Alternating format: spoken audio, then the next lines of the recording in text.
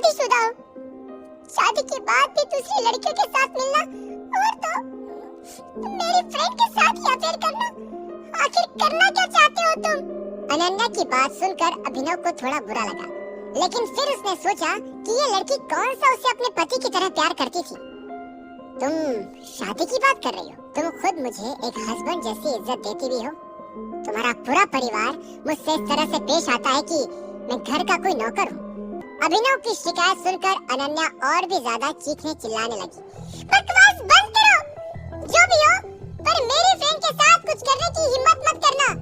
उसकी चीख सुनकर अभिनव भी उस पर ऊंची आवाज में चिल्ला पड़ा। मुझे कोई इंटरेस्ट नहीं है तुम्हारी उस फ्रेंड में, समझी? और अगर इतनी तकलीफ हो रही है तो उससे जाकर पूछ लो ना। अनन्या सिर पकड़कर कोने में बैठ गई। उससे क्यों पूछूं? वो तो सिर्फ दोस्त है, पर तुम तो मेरे हस्बैंड हो ना। उसकी इस बात को सुनकर अभिनव चौंक गया। उसने 2 बार पलक झपकाकर धीरे से पूछा, क्या? तुमने क्या कहा अभी? अनन्या ने अपने आंसू पोंछकर उसकी ओर देखा। हाँ, तुम मेरे हस्बैंड हो, इसलिए तुम इस शादी से बाहर कोई भी अफेयर नहीं कर सकते। अगर फिर भी तुम्हें ये सब करना ही है तो मैं अभी डाइवोर्स के पेपर्स ले आती हूँ। अनन्या की धमकी सुनते ही अभिनव के चेहरे पर एक फीकी मुस्कान आ गई। अच्छा, मैं अफेयर नहीं कर सकता, है ना? पर तुम उस चिराग के साथ डेट पर बाहर जा सकती हो, लेट नाइट पार्टी कर सकती हो। सिर्फ तुम्हें ही अधिकार है चीटिंग करने का, है ना? अभिनव की आवाज अब अनन्या से भी ऊंची हो गई थी, मानो उसके अंदर का टाइगर बाहर निकल रहा था। अनन्या उसके गुस्से को देखकर एक कदम पीछे जरूर हुई, लेकिन फिर उसने धीरे से कहा, ना तो मैंने उसके साथ कोई लेट नाइट पार्टी की है और ना ही उसके साथ डेट पर गई थी। कल कंपनी से निकलते ही मैं दादाजी के साथ ही घर वापस आ गई थी। अभिनव, अपने मन से कुछ भी मत सोचने लगो। अपनी बात खत्म करते हुए अनन्या की आवाज फिर से ऊंची हो गई थी। तुम सरेआम झूठ बोल रही हो, और वैसे भी अगर तुम मुझे अपना हस्बैंड मानती भी हो तो सबके सामने भी ये बात कहा करो ना।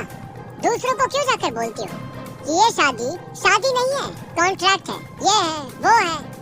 अभिनव ने उसके जवाब में कहा, हालांकि उसे मन ही मन ये जानकर अच्छा भी लग रहा था कि अनन्या और चिराग के बीच कुछ नहीं चल रहा था।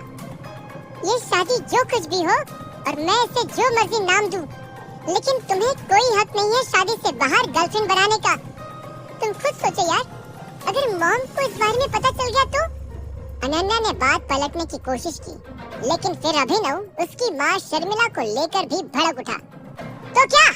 वैसे भी तुम्हारी माँ को तो मैं पसंद हूँ ही नहीं, उन्हें तो चिराग को दामाद बनाना है ना। अगर उन्हें पता चल भी गया कि मैं बाहर अफेयर कर रहा हूँ, तब भी उन्हें क्या ही फर्क पड़ेगा? क्या? अनन्या चौंक गई। तुम मॉम के बारे में उल्टी बातें क्यों कर रहे हो अब? अनन्या ने आगे कहा।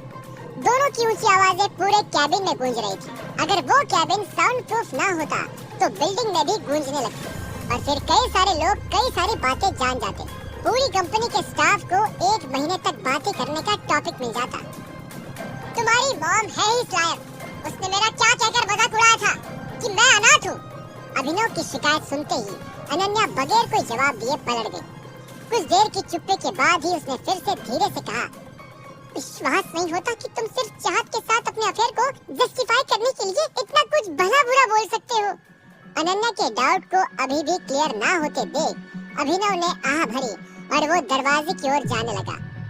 तुम्हें जो सोचना है सोचो, मैंने सब सच कह दिया है। मुझे और भी काम है लाइफ में, जा रहा हूँ वापस। उसको जाता देख अनन्या फिर उस पर चिल्ला पड़ी, रुक जाओ अभिनव, अभी भी ये बात खत्म नहीं हुई है। तुम्हें आज नहीं तो कल जवाब देना ही पड़ेगा, रुको। अनन्या ने उसे रोकने की पूरी कोशिश करी, लेकिन अभिनव बिना कुछ कहे कैबिन का दरवाजा जोर से बंद करते हुए वहाँ से निकल चुका था। अनन्या उसके पीछे पीछे बाहर आना चाहती थी, लेकिन फिर उसने सोचा कि अगर ऑफिस वाले ये नजारा देख लेते तो अनन्या का मजाक उड़ाना शुरू कर देते। वो वैसे भी कंपनी में काफी ऊंची पोजीशन पर थी और उससे हर वक्त अपने स्टाफ के सामने प्रोफेशनलिज्म मेंटेन करके ही चलना पड़ता था। गुस्से से चलता हुआ अभिनव एलेक्स कॉर्पोरेशन से बाहर आकर अपनी गाड़ी में बैठ गया